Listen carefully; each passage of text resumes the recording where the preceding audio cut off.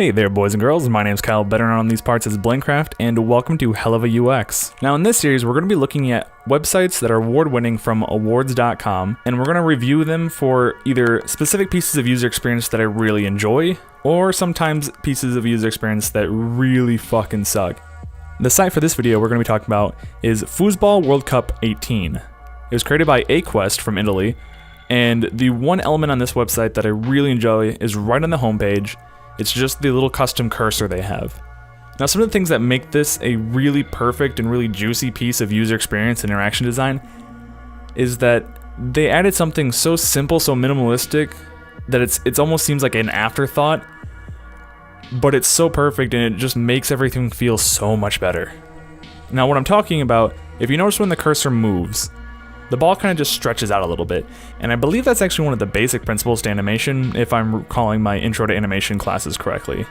Basically what you want to do is when something is moving, especially when it's moving really fast, you want it to kind of stretch out a little bit, and then maybe when it stops really fast, you want it to kind of snap, or maybe before an object starts to move, or after it's done moving, you kind of give it a little bit of an elastic bounce, or like bounce in or bounce out.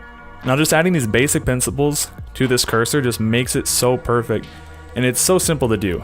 All you really have to do is just use request animation frame, and then on every single frame, you're just going to store the current cursor's position as previous position at the end of the update. Then at the beginning of each update, you're going to look at the current position compared to the previous position, and that way you can get a distance between where the cursor currently is and where it just was. With that distance variable, we could do some sort of normalizing to it. We can get a velocity to figure out how fast is the cursor actually moving. And then based on that number, we could just use some CSS properties like the transform property to skew the cursor object on the X and Y values, assuming it's just a CSS element that we're just appending to where the cursor is currently at. As for the rest of the site, I wasn't too impressed with some of the things. I did get a little confused when I was trying to pick who my opponent was for the foosball match. I did just sit there for probably about 5 seconds trying to figure out how to actually continue to the match before I figured it out. And then when actually in the match, everything ran pretty well.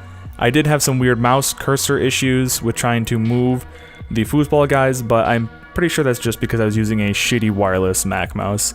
I'm sure if I used it again on an actual desktop with a real mouse, it probably wouldn't be as bad.